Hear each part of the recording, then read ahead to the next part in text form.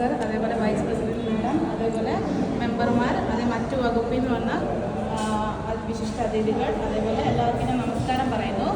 ആദ്യമായിട്ട് എൻ്റെ പേര് പറഞ്ഞിരുന്നത് സർ, എൻ്റെ പേര് പ്രിയ. ഞാൻ വനിതാ ശിശു വികസന വകുപ്പിൻ്റെ കീഴിൽ പ്രവർത്തിക്കുന്ന സഖി വൺ സ്റ്റോപ്പ് സെൻറ്ററിൽ എന്ന ഓഫീസിൽ നിന്നാണ് വരുന്നത്. അതിൻ്റെ സെൻറ്റർ അഡ്മിനിസ്ട്രേറ്ററാണ് ഞാൻ. സഖി വൺ സ്റ്റോപ്പ് സെൻറ്റർ ആരെങ്കിലും കേട്ടിട്ടുണ്ടോ? ഇല്ല അല്ലേ? ഇപ്പം ഞാൻ സഖി വൺ സ്റ്റോപ്പ് സെൻറ്റർ അവർക്ക് കേട്ടിട്ടുണ്ടോ? ഞാൻ വനിതാ ശിശു വികസന വകുപ്പിൻ്റെ കീഴിൽ പ്രവർത്തിക്കുന്ന സഖി വൺ സ്റ്റോപ്പ് സെൻറ്റർ എന്ന ഓഫീസുണ്ട്. ഇത് അതിക്രമങ്ങൾ നേരിടുന്ന സ്ത്രീകൾക്കും കുട്ടികൾക്കും വേണ്ടിയിട്ടുള്ളതാണ്. അതിക്രമങ്ങൾ എന്ന് പറഞ്ഞാൽ നമുക്കറിയാലോ, പലതരത്തിലുള്ള അതിക്രമങ്ങളുണ്ട് അല്ലേ? ശാരീരികമാകട്ടെ, മാനസികമാകട്ടെ. ഈ അതിക്രമങ്ങൾ നേരിടുന്നവർക്ക് വേണ്ടിയിട്ട് താത്കാലിക അഭയ കേന്ദ്രമാണ് നമ്മുടെ ഓഫീസ് എന്ന് പറഞ്ഞിട്ടുണ്ടെങ്കിൽ. ഇത് വരുന്ന ടി വി സ്റ്റേഷൻ റോഡിൽ, കാസർഗോഡ് ജില്ലയിലെ ഒരു ഓഫീസാണ്. അത് അണങ്കൂർ ടി വി സ്റ്റേഷൻ റോഡിൽ സഖി വൺ സ്റ്റോപ്പ് സെൻറ്റർ എന്ന ഓഫീസാണ്. കേൾക്കുന്നുണ്ടോ എല്ലാവർക്കും? 24 മണിക്കൂറും തുറന്ന് പ്രവർത്തിക്കുന്ന സ്ഥാപനമാണ്. ഇവിടെ മെയിനായിട്ട് എന്തെന്ന് സർവീസസ് ഉണ്ട്. നമുക്ക് ഒരു കുടക്കീഴിൽ സഹായ സംവിധാനം ഒരുക്കുന്നതാണ് നമ്മുടെ സർവീസസ്. ആദ്യമായിട്ട് വരുന്നതാണ് ഷെൽട്ടർ. ഞാൻ പറഞ്ഞിരുന്നില്ല, താത്കാലിക അഭയം. ഭയങ്കര അവന് മാനസിക ഇരുന്നെങ്കിൽ എന്ന് പറഞ്ഞാൽ നമ്മുടെ ഓഫീസിൽ മെയിനായിട്ട് ഒരു താത്കാലിക അഭയം മാക്സിമം 5 ദിവസം വരെയാണ് താത്കാലിക അഭയം നമ്മൾ കൊടുക്കുന്നത്. നമുക്ക് ഇങ്ങനെ നമ്മുടെ അടുത്തേക്ക് എങ്ങനെ വേണമെങ്കിലും വരാം. ഒരു അതിക്രമങ്ങൾ നേരിടണം എന്ന് വെച്ചാൽ ശാരീരികമാവട്ടെ, മാനസികമാകട്ടെ, പലതരത്തിലുള്ള അതിക്രമങ്ങൾ, ലൈംഗിക അതിക്രമമാവട്ടെ, ഏത് തരത്തിലുള്ള അതിക്രമം നേരിട്ട ഒരു സ്ത്രീക്ക് നമ്മുടെ ഓഫീസിൽ വന്നിട്ട് താത്കാലിക അഭയം നേരിടാം. അത് 5 ദിവസം വരെ എന്ന് ഞാൻ പറഞ്ഞിരുന്നില്ലേ? അതേപോലെ പിന്നെ വരുന്ന ഒരു നമ്മുടെ സർവീസതാണ് പോലീസ് എയ്ഡ്. നമ്മുടെ ഓഫീസിൽ 24 മണിക്കൂർ തുറന്ന് പ്രവർത്തിക്കുന്ന ഓഫീസാണ്. അവിടെ ഒരു ഡെയിലി ഡ്യൂട്ടിക്ക് വനിതാ സെല്ലിൽ നിന്നാണ് നമുക്ക് പോലീസ് വരുന്നത്. ഒരു ലേഡി പോലീസ് ഉണ്ടാവും. നമുക്കറിയാം അല്ലേ, നമ്മളെല്ലാവരും ഇപ്പം നമ്മുടെ ഇരിക്കുന്നവർ നമ്മളെല്ലാവരും ഒരു പക്ഷേ പോലീസ് സ്റ്റേഷനിൽ പോയിട്ട് ഡയറക്റ്റ് പറയായിരിക്കും. പക്ഷെ ഒരു താഴെത്തട്ടിലുള്ള ഒരാൾക്ക് അങ്ങനെ പറയാൻ പറ്റത്തില്ലല്ലോ. അപ്പം നമ്മുടെ ഓഫീസിൽ വന്നിട്ടുണ്ടെങ്കിൽ ഏത് ടൈപ്പാണ് അവർക്ക് സംസാരം, പോലീസ് ത്രൂ എന്ത് ചെയ്തു കൊടുക്കും. ഇപ്പം അടുത്തുള്ള സ്റ്റേഷനിലേക്ക് പോയിട്ട് അവിടെ പോയിട്ട് പേടിയാണെങ്കിലോ, അവിടെ പോയിട്ട് ഒരു പോലീസിൻ്റെ സഹായം ഇവർക്ക് വേണമെങ്കിലോ, എന്ത് വേണമെങ്കിലും നമ്മുടെ ഓഫീസിൽ വന്ന് മിണ്ടിയിട്ടുണ്ടെങ്കിൽ നമ്മുടെ ഓഫീസിലൊരു പോലീസ് സഹായം, ഞാൻ വൈഡായിട്ട് പറയുന്നില്ല, ഷോർട്ടായിട്ട് പറയാം, പോലീസ് സഹായം. നെക്സ്റ്റ് വരുന്നതാണ് നിയമസഹായം. നിയമസഹായം എന്ന് പറഞ്ഞിട്ടുണ്ടെങ്കിൽ നമ്മുടെ ഓഫീസിൽ ഒരു വക്കീലുണ്ട്. ആഴ്ചയിൽ 2 ദിവസം 3 മണിക്കൂർ വെച്ചിട്ടാണ് അവർ വരുന്നതെന്ന് പറഞ്ഞിട്ടുണ്ടെങ്കിൽ, നമ്മുടെ ഒരു അതിക്രമങ്ങൾ നേരിട്ട ഒരു സ്ത്രീക്ക് അവർക്ക് ആദ്യമായിട്ട് വേണ്ടതെന്ന് പറഞ്ഞിട്ടുണ്ടെങ്കിൽ, ഒരു സ്ത്രീ വന്നിട്ടുണ്ടെങ്കിൽ അവർക്ക് നമ്മുടെ വീട്ടിൽ ഒരു പക്ഷേ എങ്ങനെയാകട്ടെ ആ വീടിൻ്റെ ഉള്ളിൽ നമുക്ക് നിൽക്കാൻ പറ്റാത്തൊരവസ്ഥയാണെങ്കിൽ അവർക്ക് പ്രൊട്ടക്ഷൻ ഓർഡർ എടുത്തു കൊടുക്കാനോ, മെയിൻ്റനൻസ് ഓർഡർ, റെസിഡൻഷ്യൽ ഓർഡർ, കുറേ ഓർഡറുകളുണ്ട്. ആ ടൈപ്പ് അതിനൊക്കെ നമ്മൾ പറയാം ലീഗൽ എയ്ഡ് എന്ന് പറയും. ഈ ലീഗൽ എയ്ഡ് എടുത്തു കൊടുക്കാൻ ഈ വക്കീൽ സഹായിക്കും. അതേപോലെ തന്നെ നമുക്കിപ്പോൾ എന്തെങ്കിലും ലീഗലി എന്ന് പറഞ്ഞിട്ടുണ്ടെങ്കിൽ അതിർത്തി തർക്കമോ അങ്ങനെ എന്ത് ഡൗട്ട്സ് വേണമെങ്കിലും ഉണ്ടെങ്കിലും അവരോട് നമുക്ക് ചോദിക്കാം. ആ വക്കീലിനോട് ഫ്രീ ആയിട്ടുള്ള സർവീസാണ്. അപ്പോൾ ഞാൻ ആദ്യമായിട്ട് പറഞ്ഞു, നമ്മുടെ ഓഫീസിൽ വരുന്നത് താത്കാലിക അഭയം, പോലീസ് സഹായം, അതേപോലെ തന്നെ വക്കീലിൻ്റെ സഹായം. പിന്നെ നമുക്ക് വേണ്ടതല്ലേ കൗൺസിലിംഗ് ആണ്. നമുക്കിപ്പോൾ അറിയാം, ദേഹാരോഗ്യം പോലെ തന്നെയല്ലേ നമ്മുടെ മാനസികാരോഗ്യം അല്ലേ? ദേഹാരോഗ്യം നമുക്ക് കറക്റ്റായിട്ടില്ലെങ്കിൽ നമുക്ക് ഡോക്ടറെ കാണാം, ചികിത്സിക്കാം. അതേപോലെ മാനസികാരോഗ്യ ബുദ്ധിമുട്ട് വന്നെങ്കിലോ നമ്മൾ ആരെയാണ് കാണേണ്ടത്? ഒരു കൗൺസിലറാണ് കാണേണ്ടത് അല്ലേ? അപ്പം നമ്മുടെ ഓഫീസിലൊരു കൗൺസിലറുടെ സേവനം ഉണ്ടാവും. അപ്പോൾ അത് ഏത് ടൈമിൽ വേണമെങ്കിലും ഡേ ഡ്യൂട്ടിക്കാണ് അവരുള്ളത്. അപ്പോൾ ആ ടൈമിൽ നിങ്ങൾക്ക് വന്നിട്ടുണ്ടെങ്കിൽ നിങ്ങൾക്ക് എന്തെങ്കിലും, ഇപ്പം നമുക്കറിയാം പണ്ടത്തെ പോലെ ഒരു പ്രശ്നങ്ങളും നമുക്ക് വീടിൻ്റെ ഉള്ളിൽ പറഞ്ഞു തീർക്കാൻ പറ്റത്തില്ല. കാരണം എന്താണെന്ന് പറഞ്ഞിട്ടുണ്ടെങ്കിൽ പണ്ട് ജോയിൻറ്റ് ഫാമിലി ആയിരുന്നു. അപ്പോൾ ആരുണ്ടാവും? അപ്പൂപ്പനുണ്ടാവും, അമ്മൂമ്മ ഉണ്ടാവും, ചേച്ചി ഉണ്ടാവും, ഏട്ടൻ്റെ ഓളം ഉണ്ടാവും, അനിയൻ്റെ ഓളം, ആരോടെങ്കിലും പറഞ്ഞ് നമ്മുടെ പ്രശ്നങ്ങൾ സോൾവ് ആവും. ഇപ്പം അങ്ങനെ നമുക്ക് പറ്റത്തില്ല. കാരണം എന്താ, നമ്മൾ ന്യൂക്ലിയർ ഫാമിലി ആയാലും ഹസ്ബൻഡ്, വൈഫ്, കുട്ടികൾ. അപ്പോൾ ഹസ്ബൻഡ്, വൈഫ്, കുട്ടികളാകുമ്പോൾ ഹസ്ബൻഡിനോട് പറയാൻ പറ്റുന്നില്ല, അപ്പുറത്ത് കുട്ടികളോടും പറയാൻ പറ്റുന്നില്ല, ആരോടും പറയാൻ പറ്റാത്തൊരവസ്ഥയാകുമ്പോൾ നമുക്ക് നമ്മുടെ ദേഹാരോഗ്യം പോലെ തന്നെ നമ്മുടെ മാനസികാരോഗ്യത്തിന് ബുദ്ധിമുട്ട് വരും. അപ്പോൾ നമ്മുടെ ഓഫീസിൽ വന്നിട്ടുണ്ട് ഒരു കൗൺസിലറുടെ സേവനം ഉണ്ടാവും. പിന്നെ വരുന്നതാണ് വൈദ്യസഹായം.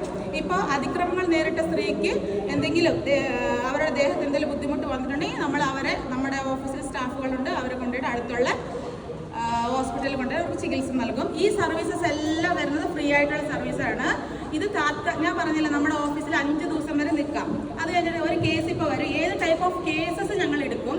പക്ഷേ നമ്മൾ ഷെൽട്ടർ മാത്രം ചെയ്യുന്ന അതിക്രമങ്ങൾ നേരിട്ട സ്ത്രീകൾക്കും കുട്ടികൾക്കും മാത്രമായിരിക്കും. ഓക്കെ, കുട്ടികളെന്ന് പറഞ്ഞിട്ടുണ്ടെങ്കിൽ ഇപ്പോൾ ഒരു വീട്ടിൽ അമ്മയും നമ്മുടെ അടുത്തേക്ക് വരുന്നത്, ആ ഒരു അമ്മയും ഒരു 2 ആൺകുട്ടിയോ പെൺകുട്ടിയോ ആണെങ്കിൽ, ഇപ്പോൾ അമ്മയ്ക്കും ആൺകുട്ടിക്കും എത്ര വയസ്സ് വരെ, 12 വയസ്സ് വരെയുള്ള ആൺകുട്ടിക്കും സ്ത്രീകൾക്ക് എത്ര വയസ്സ് വരെ നിൽക്കാം, അമ്മയ്ക്കും കുഞ്ഞുങ്ങൾക്കും നമ്മുടെ വയസ്സിൽ നിൽക്കാം. മാക്സിമം 5 ദിവസം വരെ നിന്നിട്ട് നമുക്ക് ഈ കേസ് കേട്ടതിന് ശേഷം നമുക്ക് ഇതിനൊരു പരിഹാരം കണ്ടെത്താൻ പറ്റിയിട്ടില്ലെങ്കിൽ തിരിച്ച് അവരെ നമുക്ക് ഫീൽഡ് തലത്തിൽ പോകാൻ അന്വേഷിക്കാനുള്ള കേസ് വർക്കർമാർ നമ്മുടെ OIC-യിലുണ്ട്, സഖിയിലുണ്ട്. OIC എന്ന് പറഞ്ഞാൽ സഖീനെ ഷോർട്ടായിട്ട് വിളിക്കുന്നതാണ്, നമ്മുടെ സഖിയിലുണ്ട്. അപ്പോൾ ആ ഫീൽഡ് തലത്തിൽ പോയിട്ട് അന്വേഷിച്ചിട്ട് അവർക്ക് തിരിച്ച് നമ്മളെ വീട്ടിലേക്ക് വിടാൻ പറ്റാത്ത അത്രമാത്രം സാഹചര്യമാണെങ്കിൽ ലോങ് ടേം ഷെൽട്ടർ ഹോമായ പരവനടുക്കും കേട്ടിട്ടുണ്ട്, മഹിളാ മന്ദിരാണ്. നമ്മുടെ അതോറിറ്റി വരുന്നത് വനിതാ സംരക്ഷണ ഓഫീസറാണ്. മേഡത്തിന് നമ്മൾ റിക്വസ്റ്റ് ലെറ്റർ അയക്കും. അപ്പോൾ മേഡം അത് അനലൈസ് ചെയ്തിട്ട് മേഡം മഹിളാ മന്ദിരത്തിലേക്കോ DV ഷെൽട്ടർ ഹോം, ഗാർഹിക പീഡനത്തിനുള്ള ഷെൽട്ടർ ഹോമുകളുണ്ട് നമ്മുടെ ജില്ലയിൽ വരുന്നത്. സ്നേഹസദനം പടന്നക്കാടാണ് വരുന്നത്. അങ്ങോട്ടേക്ക് നമ്മൾ ഷെൽട്ടർ ചെയ്യും, അമ്മേനെയും കുഞ്ഞിനെ അങ്ങോട്ട് ഷെൽട്ടർ ചെയ്യും. അതേപോലെ തന്നെ മഹിളാ മന്ദിരത്തിലേക്കാണെങ്കിലും അമ്മേനെയും കുഞ്ഞിനെ ഷെൽട്ടർ ചെയ്യും. അതാണ് മെയിനായിട്ട് നമുക്ക് വരുന്നത്. പിന്നെ നമ്മുടെ ഓഫീസിലെ നമ്പർ ഞാൻ പറയാം, 9400. ആരും നോട്ടാക്കുന്നില്ല ഇപ്പം, ആർക്ക് വേണമെങ്കിലും പറയാട്ടെ. എന്തെങ്കിലും ബുദ്ധിമുട്ട് കണ്ടെങ്കിൽ നിങ്ങൾക്കും പറയാം. അതിനുവേണ്ടി നമ്പർ നോട്ട് ചെയ്തോ, ആർക്ക് വേണമെങ്കിലും വിളിക്കാം. 24 മണിക്കൂർ പ്രവർത്തിക്കുന്ന സ്ഥാപനമാണ് നമ്മുടെ നമ്പർ. 9400. ആരെയും നോട്ട് ചെയ്യുന്നുണ്ടോ? 88573. 88573. ഇപ്പൊ ഇത് നമുക്ക് തന്നെ വരണമെന്നില്ല, നമ്മുടെ വീട്ടിൽ തന്നെ വരണമെന്നില്ല. ഏതേലും വീട്ടിലാകാം, എവിടെയെങ്കിലും ആകാം. നമ്മുടെ പഞ്ചായത്തിൽ എവിടെയെങ്കിലും ഉണ്ടെങ്കിൽ ആരും ഈ നിയമം അറിയാതെ ബുദ്ധിമുട്ടാകരുത്. കാരണം നമ്മുടെ ജില്ലയിൽ നമ്പർ നോട്ടാക്കിയത്, നമ്മുടെ ജില്ലയിൽ ഇത് നമ്മളിവിടെ ക്ലാസ് വന്ന് ചെയ്യാനുള്ള കാരണമുണ്ട്. നമുക്ക് കളക്ടറുടെ മെയിൻ ഉത്തരവുണ്ട്. ആ നമ്പർ കറക്റ്റ് എല്ലാവർക്കും കിട്ടിയില്ല അല്ലേ? കിട്ടിച്ചേ 9400088573. ക്ലിയർ ആയോ? ഓക്കെ. ഇത് നമ്മളിവിടെ വന്ന് ക്ലാസ് ചെയ്യാൻ മെയിൻ എന്താ, നമ്മുടെ കളക്ടറിന്റെ ഉത്തരവുണ്ട്. നമ്മുടെ വകുപ്പ് വനിതാ ശിശു വികസന വകുപ്പിൽ വനിതാ സംരക്ഷണ ഓഫീസറാന്ന് പറഞ്ഞില്ല നമ്മുടെ അതോറിറ്റി. അപ്പൊ ഇവിടെ നമ്മുടെ കാസർഗോഡ് ജില്ലയിൽ 4 ഗാർഹിക അതിക്രമണത്തിൽ മരണങ്ങൾ സംഭവിച്ചു. ഒരെണ്ണം പതിയടുക്കയില്, ഒരെണ്ണം മുളിയാറ് സംഭവിച്ചോ? ഇല്ല മുളിയാറില്ല. ഗാർഹിക പീഡനം മുളിയാറില്ല ഇല്ലല്ലോ. 4 മരണങ്ങൾ സംഭവിച്ചു. അപ്പൊ ഒരു സ്ത്രീയും ഈ നിയമം അറിയാതെ ആർക്കൊരു ബുദ്ധിമുട്ട് വരാതിരിക്കാൻ വേണ്ടിയിട്ടാണ് ഞാൻ ഈ നിയമം പറയണേ. പിന്നെ നമ്മൾ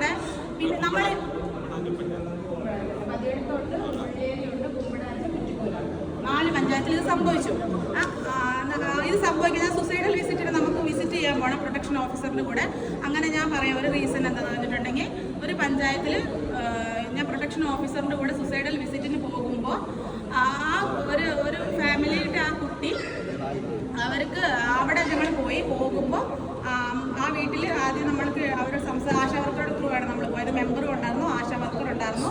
അങ്ങനെ പോകുമ്പോൾ അവിടെ ഉള്ള അമ്മായിയമ്മ എന്ന് പറയൂലേ, ഹസ്ബൻഡിന്റെ അമ്മയുണ്ടായിരുന്നു, ഹസ്ബൻഡിന്റെ അച്ഛനും ഉണ്ടായിരുന്നു.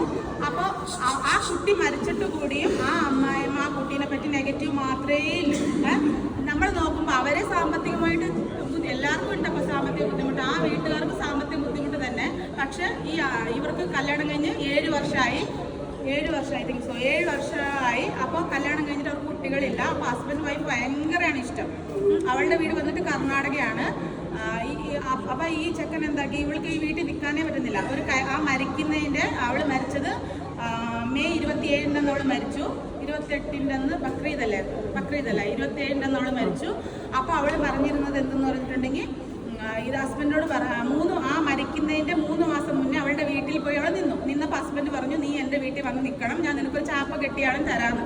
അങ്ങനെ വീടിൻ്റെ മുന്നിൽ നമുക്ക് കണ്ട സൈക്കിള് സീസ് ചെയ്തേക്കുമെന്ന് ഞങ്ങൾ പോകുമ്പോൾ ചെറിയൊരു ചാപ്പ കെട്ടിയിട്ട് അതിൻ്റെ ഉള്ളിൽ അവളുണ്ടായിരുന്നു. അപ്പോൾ ഇവൻ പണിക്ക് പോകുന്ന അന്നത്തെ ദിവസം പണിക്ക് എല്ലാം ഓപ്പണായിട്ട് പറയുന്ന അവൾ ഭയങ്കര അവന് മാനസിക ഇരുന്നെങ്കിൽ എന്ന് പറഞ്ഞാൽ